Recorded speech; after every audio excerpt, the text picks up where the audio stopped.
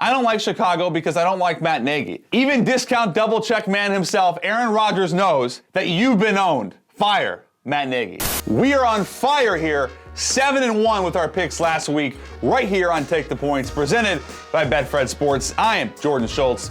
We've got plenty more picks ahead, including our best bets. But first, let's run the table on Week 6. The Arizona Cardinals are 6-0, the only undefeated team left in football. And all week we heard about this is a new Browns team, a new philosophy on winning. Baker Mayfield's going to earn that $40 million. Not so fast. Kyler Murray, 4 touchdowns. He was unbelievable. They got after the passer. That aerial attack, even without my man Cliff Kingsbury on the sideline. Christian Kirk, AJ Green, DeAndre Hopkins scores twice. Cardinals, the best team in football so far. Thursday night, 28-22, Tampa over Philadelphia. Hell of a performance by Tom Brady and company. Leonard Fournette, we shouldn't call him playoff Lenny, we should call him regular season Lenny. He's playing like a legitimate bell cow running back. Then you look at the offense with Antonio Brown, another stellar performance. We kind of forget about Godwin and Evans because Brown's actually playing like the wide receiver one in this offense. They protected Tom Brady. They got after Jalen Hurts. Tampa did, only 115 yards passing. And I think Tampa almost slept on as the reigning Super Bowl champs, but you could say right now they're the best team in the NFC. Green Bay, Dallas, and Baltimore all have 5 straight wins.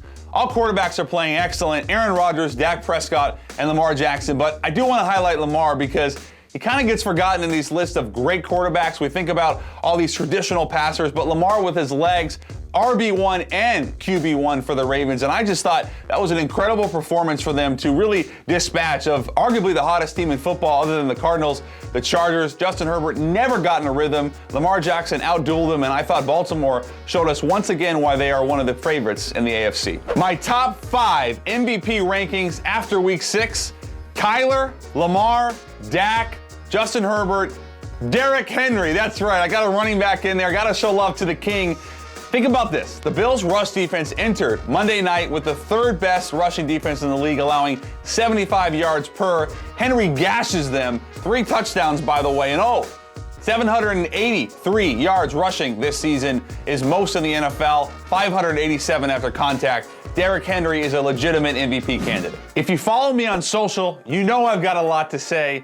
So now it's time for Don't At Me. Number 1, fire Matt Nagy. I say it every week, but it's true every week. The Chicago Bears, no identity. In their last 3 games, they're averaging less than 20 points per game. And that comes on the heels of that disastrous Week 3 game against the Browns. Here's the deal. You have Justin Fields. He's a rookie. You're running the ball really well. Khalil Herbert was terrific. We've seen David Montgomery. You're not allowing Justin Fields to be successful because you're not highlighting his success. Okay, so finally you go to play action. But where are the downfield shots to Darnell Mooney, to Allen Robinson, your Pro Bowl receiver with 2 straight 1,000-yard seasons? Where's the opportunities for Justin Fields outside the pocket? Too often against Green Bay and too often over the last few weeks, Justin Fields is running around like a quarterback playing Pee-wee football. No plan, no actual design to succeed. I don't like Chicago because I don't like Matt Nagy. Even discount double check man himself, Aaron Rodgers, knows that you've been owned. Fire Matt Nagy. The Cincinnati Bengals are a legitimate playoff team for the first time in a very long time. And at 4-2, they have a great young connection with Joe Burrow and Jamar Chase. Earl's your franchise quarterback under center, and he has Chase, who has 553 yards through 6 games, trailing only Anquan Bolden all time. The Burrow to Chase connection, as well as T. Higgins, Tyler Boyd, Joe Mixon running the ball, and an improved defense, has the Bengals in pretty good shape to win their first playoff game in over 3 decades. Now, Kenny, it's time for early lines we love, Week 7. First game we're going to look at is the Pats -7. The Patriots have yet to win a game at home, and now they welcome back rookie quarterback Zach Wilson to town. Last time these teams played, Wilson threw 4 picks. Belichick is 22-6 versus rookie quarterbacks. I would run to the window to lock this bet in before it creeps up over 7. Saints -5. Back-to-back weeks, the Seahawks have had a chance to win the game with the ball in Geno Smith's hands, only to fall short and quickly be reminded this is not Russell Wilson. Road favorites of 3 to 7 points on Monday Night Football are 43-27 against the spread. Lock in the Saints before that line creeps higher. Broncos +3.5. Teddy Covers is back for Thursday Night Football against Baker and the Browns. The Browns have been struck by the injury bug at the wrong time. 20 players on the injury report before this Thursday Night Football game. The The line opened up at Broncos +3.5. It has since dropped down to +3. I would lock that in before it goes any lower. Kenny, I gotta say, +5, Seattle at home Monday night, my home team, my home stadium. You really don't think that 12th man's gonna make a difference, huh? I mean, you never want to go against the 12th man, especially, in Seattle. One of the toughest environments to play. But Geno Smith has burned me not once, but twice in these back-to-back weeks. Geno Smith just can't be trusted at this point. All right, Kenny, good stuff, and we'll talk to you shortly for our best bets of the week. With decades of experience, Betfred Sports brings you one of the best sports betting experiences in Colorado, Iowa, and Pennsylvania with a variety of betting options, including in-game wagering, teasers, tons of prop bets, and more. Okay, I want to welcome in my man, Law Nation, coming from his Dallas Cowboys, I guess you could say man cave. Make sure everyone subscribe to both channels on YouTube. Law Nation, welcome to the program and your 5 straight wins. Cowboys, how they feeling? Oh man, this feels good, man, to come off of 5 straight wins, especially with our leading MVP, Dakota Prescott, because he is the MVP for our team. So they're 5-1. They've won 5 straight. Every week it feels like Dak takes a little bit more of a step. And I know he's healthy. I know he's comfortable. Kellen Moore, another year in his offense. But if you had to pinpoint one thing that's led to him playing, as you said, a truly elite level, what would it be? Oh, stepping up inside of the pocket, trusting his tackles to make sure that they block for him, going through his reads and trusting what he sees with the defense. And I believe the injury to Dak Prescott, the ability for him to slow down instead of just looking to run, I believe that was the major improvement in his game, to look down the field, always look down the field and go to his targets. This Cowboys team, with the help of Kellen Moore crafting up unique plays, making sure that it's easier for Dak Prescott to find an open receiver based upon the plays that's created, that goes a long way. So I believe that is one of the major things for this number one offense is Kellen Moore and Dak Prescott. Dare I say Kellen Moore over Mike McCarthy long term as the head coach, or is that too much given that you're 5-1? 5-1. Mike McCarthy, his time management, I know a lot of people talking horrendous. About that. Yeah, I was The worst clock management in the NFL. I feel comfortable saying that. Every game it feels like he gets away with it, but at some point you know it's going to be a problem. At some point there will be somebody saying, hey, let's get him up out of here. But the problem is with that, we know that Kellen Moore as a head coach, there will be more growing pains. And we lived through that with Jason Garrett. And I believe in the hearts of hearts that Dak Prescott will flourish better with Kellen Moore and Mike McCarthy, just opposed to just Kellen Moore. I want to talk about Trevon Diggs. He broke Everson Walls' record of picks. He's absolutely playing shutdown football. I think you could say he's the defensive player of the year right now with respect to Aaron Donald and a lot of other good players. Are you surprised that Diggs has taken this leap this early? Oh, I'm surprised. But you got to understand that Stefon Diggs, his brother, he was once saying that, hey, my little brother is just as good as me. And when Trevon Diggs went to Alabama, of course, you had Ruggs, you had Jerry Jeudy, Ridley. You had Waddle, you had all of those guys. So it was a lot of guys. So they moved him. Yeah. They moved him to the defensive side of the coin, and that probably was the best thing ever to happen for him, because now that you're looking at his skill set, teams gonna have to realize you throwing that way, it's a possible pick. Yeah, those ball skills are unreal. Crazy. Is CeeDee Lamb beloved already like a superstar, even though he's only in his, this is his second year, right? Third year. This is second year. He let everybody know, I love Dak Prescott. I love him, because that is what he's saying, because he knew last year he was robbed of the Rookie of the Year wide Justin receiver. Jefferson, though, I mean, come on. Right. But he had musical chairs with quarterbacks throwing him the ball, Andy Dalton, Ben DiNucci, Garrett Gilbert. So he was looking at it like, come on. He was on pace to shattering all of the Cowboys' record if Dak Prescott remained under center. Law, can you just describe for me the relationship between Dak Prescott and Cowboys fans today after the surgery? Well, everyone loves the story, the underdog.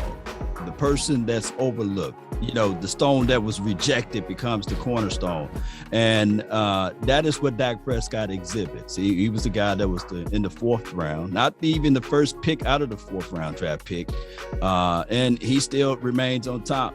And for Dak Prescott to consistently prove himself worthy to wear that silver and blue, I believe that is why the fan base gravitates towards Dak Prescott. And what really put the cherry on the top was when Dak Prescott got injured, unfortunately. And that's when the value of Dak Prescott, people were able to see, hey, in order for this team to win, they got to have number 4 on the field. And I believe that's why the ownership and everyone else that's watching the Dallas Cowboys root for Dak Prescott, because they want it so bad for him, because his will and his determination. Remember that storyline of him losing his mom and now his brother. That goes a long way, and that's something tangible that people can understand and realize and feel. And it feels like Dak Prescott is that little brother that everybody roots for. I asked you about McCarthy earlier. Just quickly, what's the tenor of Dallas fans with McCarthy? They love him, they like him, they don't trust him. It's 50-50 right now. I don't think that the Cowboys fan base really all in love with him, but we're so happy that we got rid of Jason Garrett, right? And we 5-1, you know. Jason Garrett, the worst. Garrett, right? The worst. The worst. That's why, I mean, literally the worst. Right. We had Jason Garrett for 9 to 10 years. So I recall a lot of Cowboy fans were saying, bring us anybody but Jason Garrett. So now we got Mike McCarthy. Okay. How often do you get stopped in the streets? People go, oh, James, what's up? James Harden. I cannot go to the Dallas I cannot go to the Dallas airport. I cannot go there without somebody mentioning it, right? And whenever I fly out to California, everybody say James Harden, but I'm 9 years older than James Harden. I believe he looks like me, you know?